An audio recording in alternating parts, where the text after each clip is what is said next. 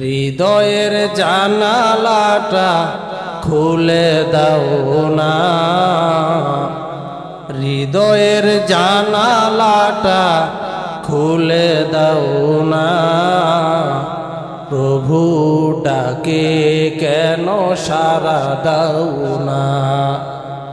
বিশ্ব মালিক যিনি আল্লাহ মহান, সৃষ্টি তারি সবই নিখিল জাহান।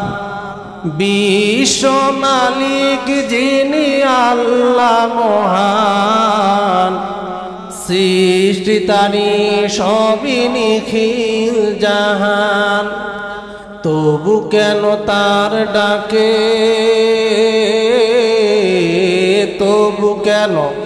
তবু কেন তার ডাকে সাড়া দাও না। প্রভুর প্রেমে কেন সাড়া দাও না, প্রভুর প্রেমে কেন সাড়া দাও না। তো শুধু আজকের যে বিষয়টা নিয়ে আমি আপনাদের সামনে উপস্থিত হয়েছি, বিষয়টিকে আমরা গুরুত্ব দিলে মনে করব যে দুনিয়ার মধ্যে সবচাইতে গুরুত্বপূর্ণ বিষয় হচ্ছে আজকের আলোচনা। আবার যদি অবহেলা করি, গুরুত্ব না দেই, প্রাধান্য না দেই, তাহলে দুনিয়ার মধ্যে সবচাইতে বেহুদা একটা আলোচনা হবে আজকের আলোচনা। এই জন্য আজকের যে আলোচনাটা আমি করব, এটা আমাদের সমাজে একটা ভাইরাস। এই ভাইরাস থেকে বের হতে হলে আজকের আলোচনা আপনাকে মুখস্থ করতে হবে। এই ভাইরাস থেকে বের হতে হলে আজকের আলোচনাকে আমলে নিতে হবে। এই ভাইরাস থেকে বের হতে হলে আজকের আলোচনাকে দিলের ভিতরে লালন করতে হবে। কারণ একটা সমাজে বিশৃঙ্খলা থেকে শৃঙ্খলায় চলে আসা, একটা সমাজকে অগুছালো থেকে গুছায়ে নেওয়া, একটা সমাজকে সুন্দরভাবে পরিচালনা করার জন্য সর্বপ্রথম যে মূল কাজ হচ্ছে, যে কার্যক্রমগুলো হচ্ছে, সেটা হচ্ছে নিজের ঘর। অর্থাৎ নিজের ঘর যদি আপনি গুছায় ফেলতে পারেন, নিজের ঘরটাকে যদি আপনি কন্ট্রোল করতে পারেন, তো সমাজের মধ্যে এই বিশৃঙ্খলা, সমাজের মধ্যে এই ফিতনা, এগুলো এত সহজে ছড়াবে। আর একটা ঘরকে সাজাইতে পারে, একটা ঘরকে সুন্দরভাবে গুছিয়ে রাখতে পারে একজন স্বামী এবং একজন স্ত্রী। কারণ সমাজকে, ঘরকে ফিতনা থেকে বিরত রাখার জন্য প্রথম নম্বর কাজ হচ্ছে স্বামী স্ত্রীর মধ্যে মিল মহাব্বতটা থাকা অতি জরুরি। স্বামী স্ত্রীর মধ্যে মিল মহাব্বত যদি ঠিক থাকে, তাহলে সন্তানরাও আদর্শবান সন্তান হবে। সন্তানরা দেখবে যে তার বাবা মা কখনো ঝগড়া করে না, তো এই সন্তান মানসিক কোনো প্রেসারে পড়বে না, মানসিক কোনো টেনশন তার মাথার মধ্যে আসবে না। তো বাবা মার ভালোবাসা, বাবা মার মহাব্বত, স্বামী স্ত্রীর মহাব্বতের কারণে পরিবারের মধ্যে সন্তানরা সুন্দর কিছু আদর্শবান বিষয়গুলো দেখতে দেখতে শিখে, যার প্রভাবটা বাইরে বিস্তার করে। তারা যখন বাইরে চলাফেরা করে, তখন তাদের ভাষা হয় শৃঙ্খলাবদ্ধ ভাষা, তাদের কথাগুলো হয় মিষ্টি মধুর কথা। তারা মানুষের সঙ্গে বেয়াদবি করে না, তারা মানুষের সঙ্গে সুন্দরভাবে চলে, তারা রাস্তায় বা যে কোনো জায়গায় ফিতনার মধ্যে জড়িত হয় না। তাহলে বোঝা গেল এই ফিতনাগুলো থেকে বাঁচার জন্য, সন্তানটাকে পথভ্রষ্ট থেকে সঠিক পথে আনার জন্য মূল কাজ হচ্ছে তার বাবা মা, অর্থাৎ স্বামী স্ত্রী। স্বামী স্ত্রী যদি ঘরের মধ্যে ভালো থাকে, তাদের যদি কোনো ফিতনা ফাসাদ ঝগড়াঝাটি না হয়, তাহলে সন্তানটা ভালো হয়। আবার যদি পক্ষান্তরে স্বামী স্ত্রীর মধ্যে মিল মহাব্বত না থাকে, প্রত্যেকটা বিষয়ে উভয়ে ঝগড়া করে, দ্বন্দ্ব করে, মারামারি করে, এর প্রভাবটা বাচ্চাদের শরীরে চলে যায়, বাচ্চাদের ব্রেনটে আঘাত করে। কারণ এই ছোট্ট বাচ্চারা যখন দেখে যে বাবা মা ঝগড়া করতেছে, তারা তো বাবাকেও বলতে পারে না আপনি থামেন, মাকেও বলতে পারে না আপনি চুপ করেন। অসহায়ের মতো মনের ভিতরে কেমন যেন একটা কষ্ট নিয়ে ঘরের মধ্যে লুকায়ে লুকায়ে চুপ করে কান্না করে, অথবা এইটার একটা মানসিক টেনশন সে নিজের ভিতরে লালন করে, যার প্রভাব কি হয়, তার মানসিক যে একটা ভারসাম্য ছিল এটা নষ্ট হওয়ার কারণে সে যখন বাইরে চলাফেরা করে তখন সে মানুষের সঙ্গে কর্কশ ভাষায় কথা বলে, মানুষের সঙ্গে মিশতে পারে না, মানুষের সঙ্গে কথায় কথায় ঝগড়ায় জড়িয়ে যায়, মারামারিতে জড়িয়ে যায়। তাহলে বোঝা গেল আজকের আলোচ্য বিষয় হচ্ছে স্বামী স্ত্রীর হক, অর্থাৎ স্বামীর প্রতি স্ত্রীর হক কি এবং স্ত্রীর প্রতি স্বামীর হক কি। তাহলে আজকের আলোচ্য বিষয় কি? স্বামী স্ত্রীর উভয়ের হক কি, এর কিছু সারমর্ম আপনাদের সামনে আলোচনা করব। কারণ হলো শয়তান যত কিছুতে খুশি হয় না, সবচাইতে খুশি হয় যদি স্বামী স্ত্রীর মধ্যে দ্বন্দ্ব লাগাই দেওয়া হয়, যদি একটা সংসার ভেঙে দেওয়া হয়, তাহলে শয়তান সবচাইতে বেশি খুশি হয়, ইবলিস সবচাইতে বেশি খুশি হয়। হাদিসের মধ্যে পাওয়া যায় যে ইবলিস শয়তান সমুদ্রের মাঝখানে তার সিংহাসন কায়েম করে, সিংহাসন কায়েম করে তিনি সমাবেশ করে এবং সেখানে তার যত চেলা চামুন্ড আছে, তার যে চেলাগুলো আছে, তার যে সৈন্যবাহিনী আছে, তাদেরকে নিয়ে তিনি বসেন। বসার পরে সারাদিন কে কি করছে এইটার একটা জরিপ, এটার একটা ঘটনা তিনি শুনেন। তিনি এক একজনকে জিজ্ঞেস করে, আজকে তুমি কি খারাপ কাজ করছো? কেউ বলে যে আজকে আমি একজন ছাত্র মাদ্রাসায় যাচ্ছিল, কিন্তু আমি তাকে বাধাগ্রস্ত করে সে এখন আজকে মাদ্রাসায় যায় নাই। কেউ বলে যে আজকে দেখছিলাম দুইজন মুসলমান ভাই মিলেমিশে চলতেছিল, কিন্তু আমি তাদের মধ্যে ঝগড়া বাঁধাই দিছি। কেউ বলে যে আমি আজকে বৌমা এবং শাশুড়ির মধ্যে যুদ্ধ বাঁধাই দিছি। কেউ বলে যে আজকে আমি বাপ এবং সন্তানের মধ্যে যুদ্ধ বাঁধাই দিছি, ঝগড়া বাঁধাই দিছি। কিন্তু ইবলিস শয়তানের মনটা শান্ত হয় না। এইভাবে জিজ্ঞেস করতে করতে করতে করতে একজনকে জিজ্ঞেস করে, তুমি আজকে কি কাজ করে আসছো?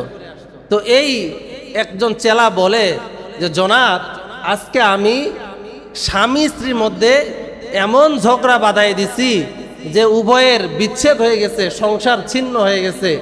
ইবলিস শয়তান সিংহাসন থেকে দাঁড়িয়ে গিয়ে আনন্দিত হয়ে তাকে কোলের মধ্যে জড়ায় নেয়, কোলাকুলি করে আর বলে, তুমি সবচাইতে উত্তম কাজ করেছো, নাউজুবিল্লাহ। কারণ হলো স্বামী স্ত্রীর মধ্যে যদি ঝগড়া বাঁধায় দিয়া যদি বিভেদ সৃষ্টি করা হয়, তাহলে তো একটা সংসারেই ধ্বংস হয়ে গেল। আর একটা সংসার যখন ধ্বংস হয়ে যাবে, সন্তানটা বাবা মা হারা হয়ে যাবে। আর বাবা মা হারা যখন সন্তানটা হবে, তখন তারা এতিমের মতো রাজপথে রাস্তাঘাটে চলাফেরা করবে। আর যখন তারা শিক্ষায় শিক্ষিত না হয়ে রাস্তায় এতিমের মতো চলাফেরা করবে, তখন তারা গাজার মধ্যে নিয়োজিত হবে, তখন তারা খারাপ কাজে নিয়োজিত হবে, তখন তারা জেনায়ের কাজে নিয়োজিত হবে। আর যখন তারা জেনায়ের কাজে নিয়োজিত হবে, আল্লাহ তাদের প্রতি নারাজ হবে। আর যখনই নারাজ হবে, আদমের প্রতি যেমন আমার আল্লাহর কাছে যেমন বলেছিল ইবলিস যে আয় আল্লাহ, আমি আদমের কারণে আমি যেহেতু আজকে জাহান্নামী, আমিও আদম সন্তানদেরকে জাহান্নামে নিয়ে যাব। তখন সে তার সফল কাম হবে, আল্লাহর কাছে নারাজি হইয়া ওই সন্তানটা জাহান্নামে যাবে। সুতরাং বোঝা গেল, তুমি স্বামী স্ত্রীর মধ্যে বিভেদ সৃষ্টি করার কারণে চূড়ান্ত পর্যায়ে জাহান্নাম পর্যন্ত পৌঁছায় দিলা, তুমি আজকে উত্তম কাজ করেছো, নাউজুবিল্লাহ। তাহলে বোঝা গেল স্বামী স্ত্রীর মধ্যে বিভেদ করা যাবে, ঝগড়া করা যাবে? কখনোই যাবে না। এখন আসুন আমরা স্বামীর প্রতি স্ত্রীর হক কি, এইটা নিয়ে আজকে আলোচনা করব। দ্বিতীয় পর্যায়ে আবার স্ত্রীর প্রতি স্বামীর হক কি, এটা নিয়ে আলোচনা করব। প্রথম পয়েন্টে আমরা যদি পা দেই যে একজন স্ত্রী যখন স্বামীর ঘরে চলে আসে, তাহলে স্বামীর কি কি দায়িত্ব আছে, কি হক আছে, আমার আল্লাহ সূরাতুন নিসা 19 নম্বর আয়াতে বলেন, ওয়া আশিরুহুন্না বিল মা'রুফ ফাইন কারিহতুমুহুন্না ফাআসা আন তাকরাহু শাইআ ওয়া ইয়াজআলাল্লাহু ফী খায়রান কাসীরা। আল্লাহ রাব্বুল আলামিন বলছেন, হে মানুষ সকল, তোমরা তোমাদের স্ত্রীদের সাথে সুন্দরভাবে জীবন যাপন করো। তোমাদের নিকটে যেই জিনিসটা অপছন্দ, তোমাদের কাছে যেই জিনিসটা খারাপ মনে হচ্ছে, এমনও হতে পারে আল্লাহর কাছে ওইটা তোমাদের জন্য অতি কল্যাণকর, অতি পছন্দ। সুবহানাল্লাহ। তার মানে বোঝা গেল যেই জিনিসটা আপনার কাছে অপছন্দ, আল্লাহর কাছে ওই জিনিসটা পছন্দ। যেই জিনিসটা আপনি মনে করছেন আপনার জন্য অকল্যাণ, আল্লাহ দেখতেছে আপনার জন্য সেইটা কল্যাণ। আপনি মনে করছেন বিবির সঙ্গে ঝগড়া করার কারণে আপনার খারাপ লাগতেছে, এই বিবিটা আপনার পছন্দ হচ্ছে না, আল্লাহ বলছে তুমি তোমার স্ত্রীর সাথে সুন্দরভাবে জীবনযাপন করো, কারণ তোমার কাছে যদি ওটা অপছন্দ হয় এমনও হতে পারে আল্লাহর কাছে ওটাই পছন্দ এবং সেটাই তোমার জন্য কল্যাণকর। সুবহানাল্লাহ। রাসূলুল্লাহ সাল্লাল্লাহু আলাইহি সাল্লাম বিদায় হজের সময় তিনি ওই সময় লক্ষাধিক সাহাবীদেরকে সামনে নিয়ে রাসূলুল্লাহ সাল্লাল্লাহু আলাইহি সাল্লাম ঘোষণা করছেন, ও সাহাবীরা, হতে পারে আমার মন বলছে এটাই আমার জীবনের শেষ হজ, তোমাদের সাথে আমার এটাই শেষ হজ, আগামীবার আমি যে হজে আসতে পারবো আমার মন বলছে না, তো আমি তোমাদেরকে আদেশ করতেছি, আমি তোমাদেরকে অর্ডার দিতেছি, তোমরা স্ত্রীদের সাথে সদাচরণ করো, স্ত্রীদের সাথে সৎ ব্যবহার করো এবং তাদের হক পরিপূর্ণভাবে আদায় করো। তাদেরকে তোমরা এরকম মনে করিও না যে তোমরা তাদেরকে কিনে নিয়েছ, এবং তাদেরকে পরিপূর্ণভাবে তোমাদের সাধ্য অনুযায়ী তাদের পোশাকের ব্যবস্থা করো এবং তাদের খাদ্য সামগ্রীর যথাযথ ব্যবস্থা করো। তার মানে এখানে কি বোঝা গেল? রাসূলুল্লাহ সাল্লাল্লাহু আলাইহি সাল্লাম বিদায় হজের মতো একটা ময়দান, যেইটা ইতিহাসের মধ্যে লিপিবদ্ধ আছে, সেখানকার যেই বিধানগুলো আছে এগুলো কিয়ামত পর্যন্ত আলেম ওলামারা আলোচনা করতেছে, এইরকম একটি জায়গার মধ্যে রাসূলুল্লাহ সাল্লাল্লাহু আলাইহি সাল্লাম সাহাবীদেরকে ডেকে বলছে, ও সাহাবীরা, আমি রাসূল তোমাদেরকে আদেশ করলাম যে স্ত্রীদের সাথে সদাচরণ করো,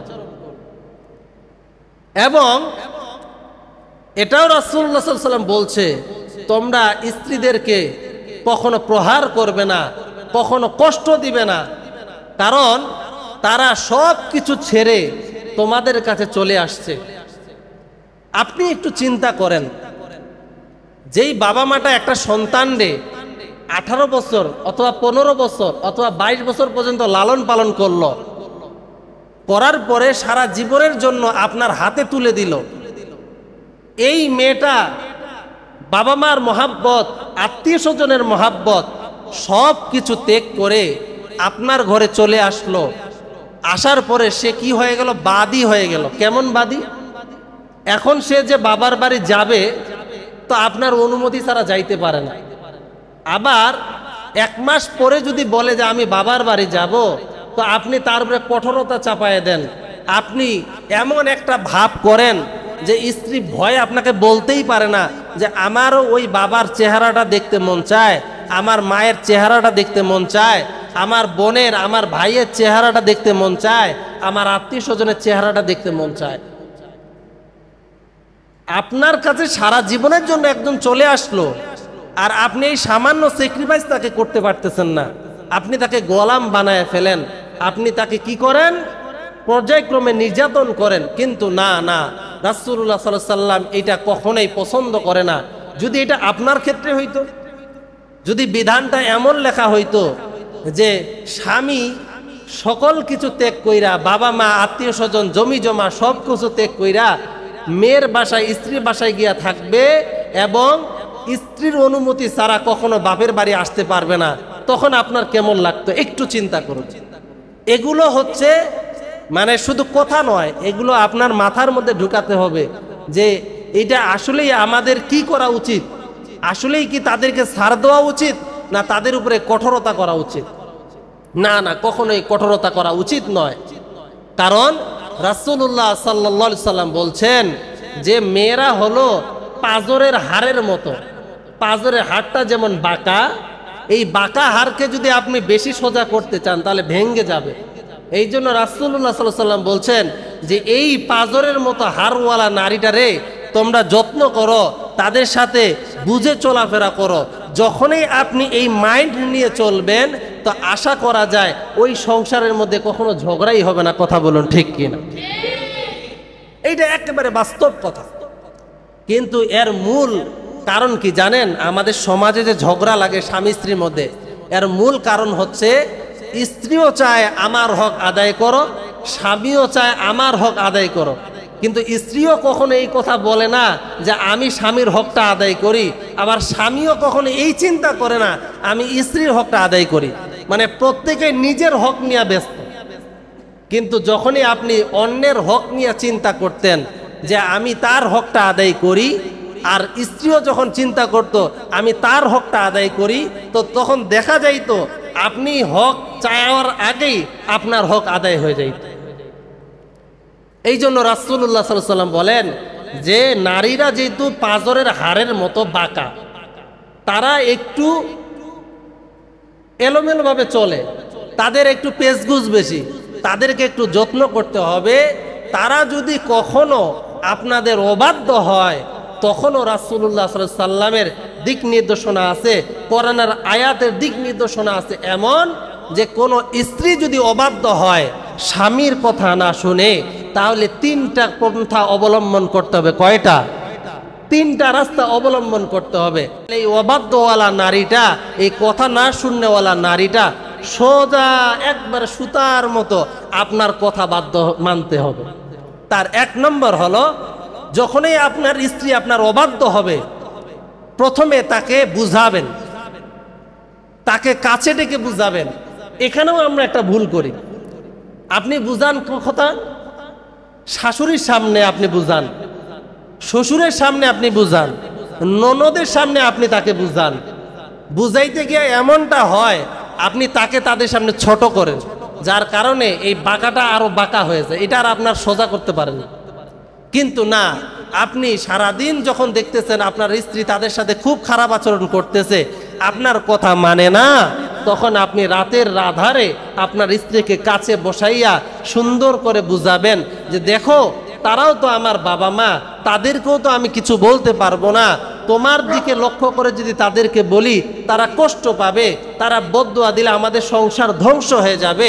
তুমি এখন একটু কষ্ট করো, এই ঘর বাড়ি এই পরিবার তো তোমারই, তুমি যদি একটু সচেতন হও তাহলে হয়তোবা সংসারটা সুন্দর হবে।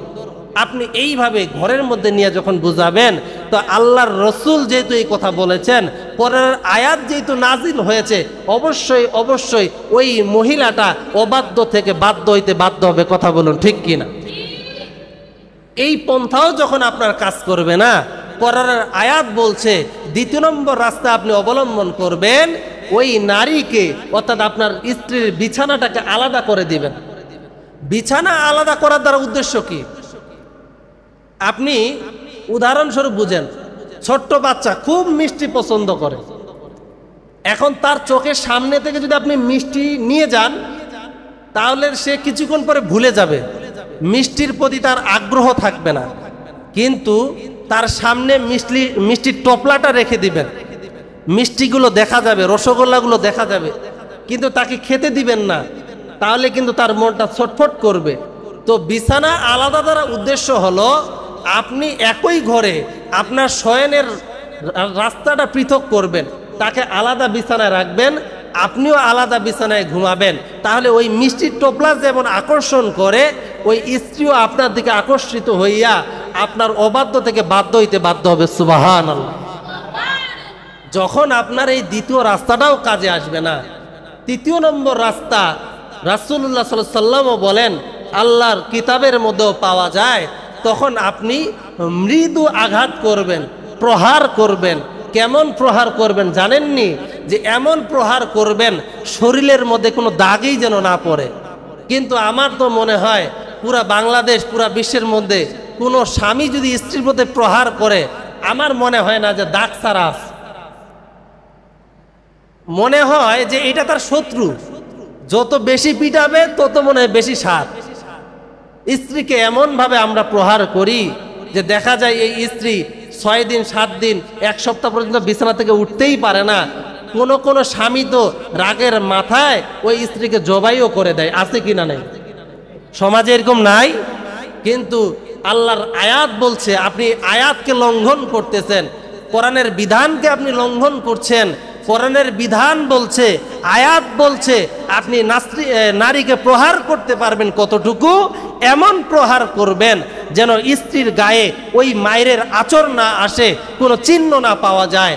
আর আপনি যখন চিহ্ন ফালাইতেছেন আপনি কোরআনের আয়াতকে লঙ্ঘন করতেছেন, এর কারণে আল্লাহ আপনার উপর অসন্তুষ্ট হতে পারে। কথা বলুন ঠিক কিনা? এই তিন রাস্তা যখন আপনি অবলম্বন করবেন, কোরআনের আয়াত যেহেতু স্পষ্ট, আশা রাখা যায় যদি আপনি দিলের মধ্যে এই চিন্তা নিয়ে যে আমি কোরআনের আয়াতকে লালন করে আমার স্ত্রীকে অবাধ্য থেকে বাধ্য করব, আমার স্ত্রীকে বিপদ থেকে পদে নিয়ে আসব, তাহলে আল্লাহ এর মধ্যে রহমত দান করবে। তখন আর ওইভাবে জবাইও করতে হবে না, স্ত্রীকে জোরে প্রহারও করতে হবে না। এই আয়াতের বিধান অনুযায়ী পর্যায়ক্রমে চললে অটোমেটিক আল্লাহ রহমতের কারণে ওই স্ত্রী আপনার বাধ্য হয়ে যাবে। সুবহানাল্লাহ। এই জন্য রাসূলুল্লাহ সাল্লাল্লাহু আলাইহি ওয়াসাল্লাম যখন কখনো শুনতেন যে কেউ কারো স্ত্রীর গায়ে হাত তুলেছে, তো রাসূলুল্লাহ সাল্লাল্লাহু আলাইহি ওয়াসাল্লাম বলছেন যে এইটা আমি একেবারেই অপছন্দ করি। কারণ হইল যেই লোকটা, যেই মানুষটা তার স্ত্রীকে প্রহার করলো, এটা কেমন জানি একজন মালিক তার গোলামের সাথে আচরণ করতেছে, যে কাজের সময় প্রহার করে কাজ করায় নে, আবার যখন মন চায় নিজের খায়সাত মিটায় ফেলে। তো একজন স্বামীও স্ত্রীকে প্রহার করতেছে, আবার যখন যৌবিক চাহিদা জাগ্রত হয় তখন রাতের বেলা কাছে ডেকে নিজের শক্তি দিয়া নিজের স্বাদ আহ্লাদ মিটাচ্ছে। এইটা যেমন একরকম, গোলাম আর বাদীর মধ্যে একই রকম। রাসূলুল্লাহ সাল্লাল্লাহু আলাইহি ওয়াসাল্লাম এটা সম্পূর্ণভাবে নিষেধ করেছেন। তাহলে আপনারা কি বুঝতে পেরেছেন যে একজন স্ত্রীর প্রতি আপনার হক কি? আপনি যখন আপনার স্ত্রীকে ঘরে নিয়ে আসবেন তখনই আপনার চিন্তা করা উচিত যে এই মেয়েটা বাবা মা আত্মীয় স্বজন সব কিছু ছেড়ে আমার ঘরে এসেছে, আমি কিভাবে তাকে কষ্ট দেই। হ্যাঁ, মানুষ মাত্রই ভুল, সে ভুল করতে পারে। আপনি মহাব্বতের সাথে বুঝান, একদিন বুঝান, 2 দিন বুঝান, অটোমেটিক আল্লাহর রহমতের কারণে ওই মহিলা আপনার প্রেমে দেওয়ানা হইয়া আপনার কথায় উঠবে আর বুঝবে। এটা আমার কথা না, এটা আল্লাহ রাসূলের কথা। সুবহানাল্লাহ। তাহলে এইটা হলো একজন স্ত্রীকে যখন আপনি ঘরে নিয়ে আসবেন তখন তার প্রতি আপনার দায়িত্ব এবং কর্তব্য। এখন আপনার প্রতি স্ত্রীদের কি কর্তব্য এটাও আপনাদের জেনে রাখা উচিত, কারণ এই মেসেজটাও হয়তো আমার মা বোনটা শুনতেছে এবং আপনারাও পৌঁছাবেন ইনশাআল্লাহ। যখন একজন স্ত্রী স্বামীর ঘরে চলে আসে তখন ওই স্ত্রীরও কিছু হক আছে, স্বামীর কিছু হক আদায় করতে হবে। আর কেউ যদি এই হকগুলো আদায় করে, তো রাসূলুল্লাহ সাল্লাল্লাহু আলাইহি ওয়াসাল্লাম বলছে যে কোন স্বামী যদি মৃত্যুর আগে এই কথা বলে যায় যে আমি আমার স্ত্রীর প্রতি খুশি, আমি আমার স্ত্রীর প্রতি সন্তুষ্ট, আল্লাহ রাসূল সাল্লাল্লাহু আলাইহি ওয়াসাল্লাম বলছেন ওই মহিলা সোজাসুজি জান্নাতে। সুবহানাল্লাহ। কি বুঝলেন আপনারা? কোন স্বামী যদি মৃত্যুবরণ করার আগে তার স্ত্রীর জন্য এই কথা বলে যায় যে আমি আমার স্ত্রীর প্রতি সব দিক দিয়ে খুশি, সে আমার হক পরিপূর্ণ আদায় করেছে, সে কখনো আমাকে কষ্ট দেয় নাই, সে আমার কথা মতো চলেছে, আমি যদি পর্দা করতে বলছি তো সে পর্দা করেছে। পর্দা কেন করবে না? পর্দা কেন করবে না? আপনি কেন পর্দা করাইতে পারতেছেন না? আপনিও মুসলিম, মুসলিম ঘরে বিয়ে করেছেন, কোরআন হাদিস আপনি মানেন, এই জন্য আপনি মুসলিম। কোরআন হাদিস আপনি মানেন, এই জন্য আপনি ইমানদার। কোরআন হাদিস মানেন, এই জন্য আপনি একজন পাক্কা দিনদার। তো আপনি দিনদার হইয়া মুসলমান ঘরে বিয়া কইরা আপনার কথায় কেন বিবি পর্দা করবে না? তাহলে দুর্বলতা কোথায় একটু খুঁজে দেখেন। দুর্বলতা তাহলে মহিলার মধ্যে নয়, দুর্বলতা আপনার ভিতরে। তার মানে বোঝা গেল আপনি এখনো প্রকৃত ইমানদার হন নাই, আপনিও এখনো প্রকৃত মুমিন হন নাই, আপনি এখনো প্রকৃত মুসলমান হন নাই। কারণ আপনি যদি মুসলিম হইতেন, কারণ মুসলিম তো আমার রসুল সাল্লাল্লাহু আলাইহি ওয়াসাল্লামের আদর্শ, মুসলিম তো হলো ইব্রাহিম আলাইহিস সালামের আদর্শ, মুসলিম তো আদম আলাইহিস সালামের আদর্শ, মুসলিম তো সমস্ত পয়গম্বরের আদর্শ। আর মুসলিম যেহেতু বলছে, মুসলিমের বিধান যেহেতু বলছে যে নারীকে পর্দার ভিতরে রাখতে হবে, স্বামীর কর্তব্য হচ্ছে নারীকে পর্দার ভিতরে রাখতে হবে, আপনি যেহেতু রাখতে পারতেছেন না, তাহলে মনে করেন, বিশ্বাস করেন, লালন করেন, দুর্বলতা স্ত্রীর মধ্যে নয়, দুর্বলতা আপনার ভিতরে, আপনার ভিতরে, আপনার ভিতরে। এতে কোনো সন্দেহ নাই। কথা বলুন ঠিক কিনা? এই জন্য আপনাকে আগে শুধরাইতে হবে, আপনাকে আগে মুমিন হতে হবে, আপনাকে আগে মুসলিম হতে হবে। যখন আপনি হবেন তো আপনার কথায় আপনার বউকে পর্দার জন্য উঠতে বসতে হবে। কারণ কি? আপনি তো তাকে অনৈতিক কাজে ডাকেন নাই, আপনি তো তাকে গুনাহের কাজে ডাকেন নাই, আপনি তো বলেন নাই চলো সিনেমা হলে যাই। না না, আপনি বলছেন যে পর্দা করা ফরজ, পর্দা করতে হবে। আল্লাহ রাসূল বলছেন, আল্লাহ বলছেন তোমাকে আমার ঘরে নিয়ে এসেছি, যখন থেকে নিয়ে এসেছি তখন থেকে প্রত্যেকটা ক্ষেত্রে, প্রত্যেকটা পদে আমার দায়িত্ব, তোমার জবাবদিহি এখন আমাকে দিতে হবে। আমি বলছি তুমি পর্দা করবে, করবে তো করবে, না করলে আমার ঘর ছাড়বে। তো ওই মেয়ে বাধ্য হবে কি হবে না? এটা আপনার দুর্বলতা। আমি তার দুর্বলতা কখনোই বলবো না, কারণ সে হলো আপনার অধীনস্থ। আপনি যদি তাকে বলেন পর্দা যদি না করো তাহলে আমার ঘরে তোমার থাকা দরকার নাই, কারণ তুমি তো আমার এই দুনিয়ায় থাকবা 60 বছর, তুমি তো থাকবা 20 বছর, তুমি তো থাকবা 100 বছর, কিন্তু তোমার এই কুকর্মের কারণে আমার তো জিন্দেগি বরবাদ। আমি যখন মারা যাব তখন তো আমি জাহান্নামী। কারণ কি? আমার স্ত্রী বেপর্দায় চলে, আমি দামি হুন্ডায় চড়ি, আমার বউরে সুন্দর করে সাজাইয়া পিছনে বসাই। আমি আমার বউরে দেখি না, আমি সুন্দর গাড়িটাই দেখি, সামনে রাস্তাই দেখি, কিন্তু আমার বউ যে সুন্দর পার্লার থেকে সাইজা আসছে, হায় হায় আফসোস, আপনার এই বউটা আপনার কপালে দেখা জোটে না, পিছনে যারা থাকে তারাই দেখে। ঠিক কিনা? যার কারণে প্রত্যেকটা ক্ষেত্রে আপনার জীবনে গুনাহ, প্রত্যেকটা ক্ষেত্রে আপনার জীবনের আমলগুলো বরবাদ। এই জন্য আপনার স্ত্রীকে পর্দাওয়ালা করা দরকার আপনার আছে না নাই? এই জন্য 1 নম্বর হচ্ছে স্ত্রীকে পর্দাওয়ালা বানাইতে হবে। যখন স্ত্রীটা পর্দাওয়ালা হবে তখন ওই ঘরের মধ্যে রহমত নাজিল হবে। যখন স্ত্রীটা পর্দাওয়ালা হবে তখন আপনি বেপথে চলতে চাইলেও ওই স্ত্রী আপনাকে টেনে হিঁচড়ে পথ দেখায় দিবে, সুন্দর রাস্তা দেখাবে। ফজরের আজান দিলে আপনাকে ঘুম থেকে তুইলা মসজিদে পাঠিয়ে দিবে, তাবলিগ আসলে আপনারে বসাবে, জামাত আসলে আপনারে বসাবে, দিনের কথা হলেই আপনারে বসাবে, মাহফিল হলে আপনাকে যেতে বলবে। যখনই মানুষ দানের জন্য আসবে, গরিব মানুষ আপনার কাছে আসবে, ওই স্ত্রী পর্দা একটা জিনিস মানার কারণে আপনাকে উৎসাহিত দিয়া দিয়া আপনার আমল নামায় সওয়াবের খাতাটা ভরপুর করাই দিবে। সুবহানাল্লাহ। মুসলমান বন্ধুরা আমার খুব খেয়াল করে শুনবেন। এরে বন্ধু, মনে কোনো কষ্ট নিবেন না। এই কথাগুলো শুধু আপনাদেরকে কষ্ট দেওয়ার জন্য বলি না, কারণ হইল এই কথাগুলো এত গুরুত্বপূর্ণ। এই স্ত্রীর কারণে আপনি জান্নাতি, এই স্ত্রীর কারণে আপনি জাহান্নামী। হাদিসের মধ্যে পাওয়া যায় একজন মহিলা কঠিন কিয়ামতের ময়দানে 4 জন মানুষকে জাহান্নামে নিয়ে যাবে। একজন মানুষ কয়জনকে জাহান্নামে নিয়ে যাবে? একজন স্ত্রী কয়জনকে জাহান্নামে নিয়ে যাবে? এর বন্ধু, এই হাদিস নিয়ে যদিও একটু এদিক সেদিক আছে, কিন্তু আমলের নিয়তে বলা যায় একজন স্ত্রী মানুষ আপনাকে নিয়ে 4 জন মানুষকে জাহান্নামে যাবে। আমার বন্ধুগণ, একজন মহিলা যখন জাহান্নামী, তখন যখন তার জাহান্নামে নিয়ে যাওয়া হবে, মহিলা ডেকে বলবে আল্লাহ,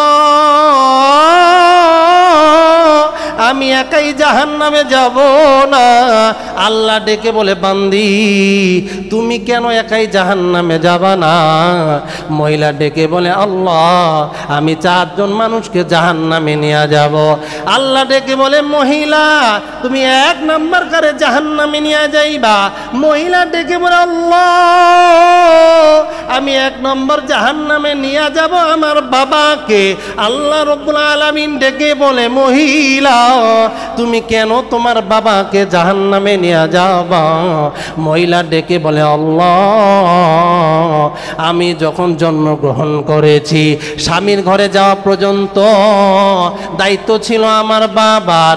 আমার বাবা কখনো আমারে পর্দা করতে বলে নাই, আমারে কখনো পর্দার হুকুম দেয় নাই, আমারে কখনো বলে নাই মা তুমি তুমি যদি পর্দা না করো আমার আল্লাহ নারাজ হয়ে যাবে।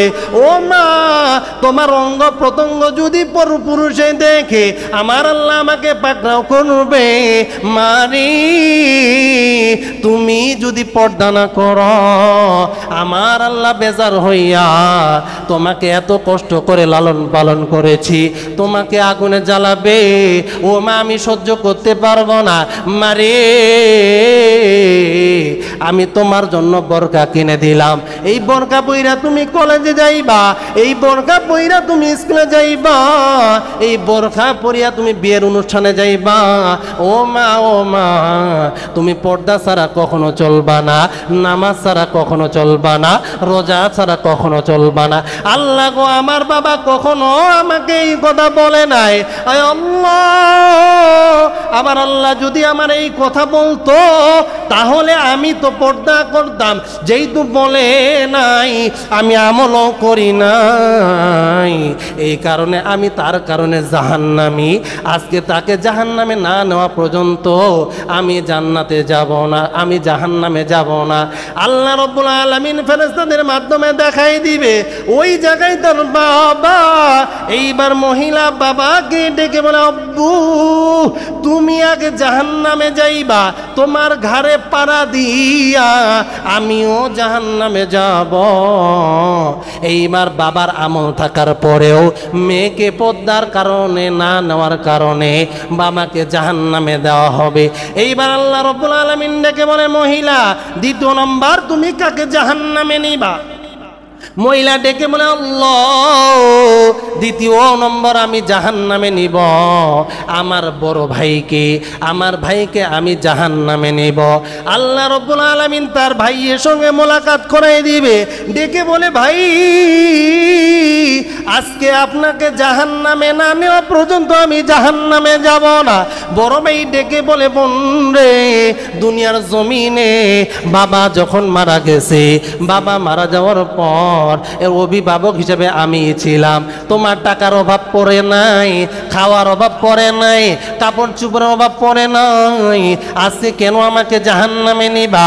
এইবার ডেকে বলে, ভাই রে, বাবা যখন মারা গেছে আমার অভিভাবক হইয়া আমি যখন বেপর্দায় চলেছি, আমি যখন বোরকা পরি নাই, আমি মোবাইলে পরপুরুষের সঙ্গে কথা বলেছি, আমি জেনার কাজে জড়িত হয়েছি, আমি রোজা রাখি নাই, আমি পর্দা করি নাই, কই একটা বারের জন্য বলেন নাই মন্ডে তোর জন্য পর্দা হইল ফরজ, তোর জন্য নামাজ হইল ফরজ, এবং এই কথা তুই মেনে চল, না হলে তুই জাহান্নামী হবি। ও ভাই, একটা বারের জন্য আপনি আমাকে সতর্ক করেন নাই, এই জন্য ভাই রে আমি আজকে জাহান্নামী, আপনাকে জাহান্নামে না নেওয়া পর্যন্ত আমি জাহান্নামে যাব না। এইবার ভাইকে জাহান্নামে দেওয়া হবে। আল্লাহ ডেকে বলে, মহিলা তৃতীয় নম্বর কাকে তুমি জাহান্নামে নিবা? মহিলা ডেকে বলে, আল্লাহ তৃতীয় নাম্বার আমি জাহান্নামে নিব আমার স্বামীকে, আমি জাহান্নামে নিব। স্বামীর সঙ্গে মোলাকাত করা হবে, স্বামী বলবে, বিবি রে কেন তুমি আমারে জাহান্নামে নিতে চাও? বিবি বলবে, স্বামী গো, বাবা যখন আমাকে আপনার ঘরে দিয়া দিছে, জিম্মাদারি আপনার, আপনি আমাকে একটা বারের জন্য পর্দা করতে বলেন নাই, আপনি আমারে পাল্লারে সাজাইয়া মোটরসাইকেলের পিছনে ঘুরাইয়া মানুষের সঙ্গে আমারে তুইলা ধরছেন, মানুষ আমারে দেখে বলছে অমুকের বউটা অনেক সুন্দর, অমুকের বউয়ের ফিগারটা অনেক সুন্দর, অনেকের বউ অনেক লম্বা, ওই বউয়ের শরীরের গঠন অনেক সুন্দর, ওই মহিলাটা দেখতে অনেক সুন্দর। ও স্বামী, একটা বারের জন্য আপনি আমার পর্দার বিধান দেন নাই। স্বামী গো, আমাকে একবারের জন্য নামাজের কথা আপনি বলেন নাই। ও স্বামী,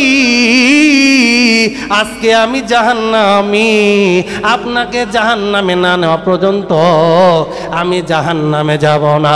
এইবার স্বামীকেও জাহান্নামে দেওয়া হবে। আল্লাহ ডেকে বলে, মা গো, ও মহিলা 4 নাম্বার তুমি কারে জাহান্নামে নিয়ে যাইবা? এইবার মহিলা ডেকে বলে, আল্লাহ 4 নাম্বার আমি জাহান্নামে নিব আমার সন্তানকে। এ মুসলমান বন্ধুগণ, এইটা মনে কইরেন না আপনিও বেঁচে যাবেন। আপনি তো কারো বাবা অথবা কারো ভাই অথবা কারো স্বামী অথবা কারো সন্তান। এইবার আল্লাহ ডেকে বলে, মা গো, ওই যে তোমার সন্তান দেখা যায়। এইবার মহিলা সন্তানের সামনে গিয়া ডেকে বলে, বাবা ও সন্তান, আজকে আমি তোমার জাহান্নামে না নেওয়া পর্যন্ত জাহান্নামে যাব না, আমি জাহান্নামী। ও মা গো, কেন আপনি আমার জাহান্নামে নেবেন? বাবা মারা যাওয়ার পর আপনি সংসার হয়ে ছাড়া হয়েছেন, আপনার কষ্ট কখনো দেই নাই, আপনার কাপড়ের অভাব কখনো দেই নাই, কখনো আপনার পোশাকের অভাব দেই নাই, আজকে কেন আপনি আমার জাহান্নামে নেবেন?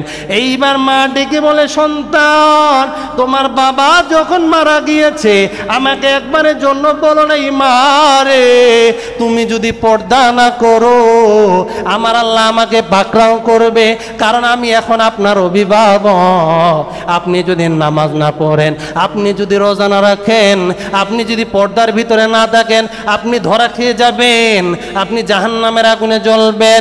ও বেটা, তুমি আমার একবারের জন্য বলো নাই, যার কারণে আমি পর্দা করি নাই, যার কারণে আমি নামাজ পড়ি নাই, যার কারণে আমি রোজা রাখি নাই। ও বেটা, আজকে আমি জাহান্নামে যাব, একাই যাব না, যাব না, আমার বাবা, আমার ভাই, আমার স্বামী, আমার সন্তানের ঘাড়ের উপরে পা দিয়ে আমি জাহান্নামে যাব, তাদেরকেও জাহান্নামে নিয়ে যাব, নাউজুবিল্লাহ। তাহলে আপনি কি বাঁচতে পারবেন? এটার কোনো গ্যারান্টি আছে? তার মানে কি বললাম? আমি যে বলছি আপনার স্ত্রী পর্দা করে না, আপনার মা পর্দা করে না, আপনার বোন পর্দা করে না, আপনার মেয়ে পর্দা করে না, মূলত সমস্যা তাদের নয়, সমস্যা হচ্ছে আপনার। আপনি সতর্ক হন, আপনি সোজা হন, আপনি মজবুত হন, দেখবেন অটোমেটিক আপনার বিবি, আপনার মা, আপনার বোন, আপনার মেয়ে পর্দা করতে বাধ্য হবে। কথা বলুন, ঠিক কিনা? তাহলে আমি বলছিলাম যে একজন স্ত্রী যখন স্বামীর ঘরে আসবে, তাহলে ওই স্বামীর প্রতি তার কি কি কর্তব্য, এই আলোচনা করতে গিয়ে মাঝখানে এই হাদিসটা ঢুকে গেছে। এই জন্য একটু আমি আবার ওই দিকে যাই। রাসূলুল্লাহ সাল্লাল্লাহু আলাইহি ওয়াসাল্লাম বলছেন, একজন স্ত্রী যখন স্বামীর ঘরে যায় তখন ওই স্ত্রীর জন্য কিছু দায়িত্ব আছে। তার মধ্যে এই দায়িত্ব হলো তখন থেকে স্বামীর হেফাজত, স্বামীর সন্তানের হেফাজত, স্বামীর মালমালের হেফাজতের দায়িত্ব হচ্ছে ওই স্ত্রীর। স্বামীর অবর্তমানে এগুলোর হেফাজত, এগুলোর সংরক্ষণ, নিজের লজ্জাস্থানের হেফাজত, নিজের সতীত্বের হেফাজতের দায়িত্ব হচ্ছে ওই স্ত্রীর। এই জন্য তো বললাম যে রাসূলুল্লাহ সাল্লাল্লাহু আলাইহি ওয়াসাল্লাম বলছেন, কোন স্বামী যদি মারা যাওয়ার সময় এই সুপারিশ করে আমার স্ত্রীর প্রতি আমি সন্তুষ্ট, রাসূল সাল্লাল্লাহু আলাইহি ওয়াসাল্লাম বলছেন ওই নারীটা জান্নাতে। সুবহানাল্লাহ। এখন হাদিসের মধ্যে এটাও পাওয়া যায়, কোন নারী যদি, কোন স্ত্রী যদি 4টা কাজ করে, কয়টা কাজ? কোন স্ত্রী যদি 4 কাজ করে, তাহলে রাসূল সাল্লাল্লাহু আলাইহি ওয়াসাল্লাম বলছেন ওই নারীটা, ওই বিবিটা জান্নাতের যে দরজা দিয়ে মন চায় সোজাসুজি জান্নাতে যেতে পারবে। সুবহানাল্লাহ। তার 1 নম্বর কাজ হলো তাকে 5 ওয়াক্ত নামাজি হতে হবে। 2 নম্বর কাজ হলো রমজানের রোজা রাখতে হবে। 3 নম্বর কাজ হলো তার সতীত্বকে হেফাজত করতে হবে। 4 নম্বর কাজ হলো স্বামীর হক আদায় করতে হবে। এই 4টা গুণ যদি কোনো স্ত্রীর মধ্যে পাও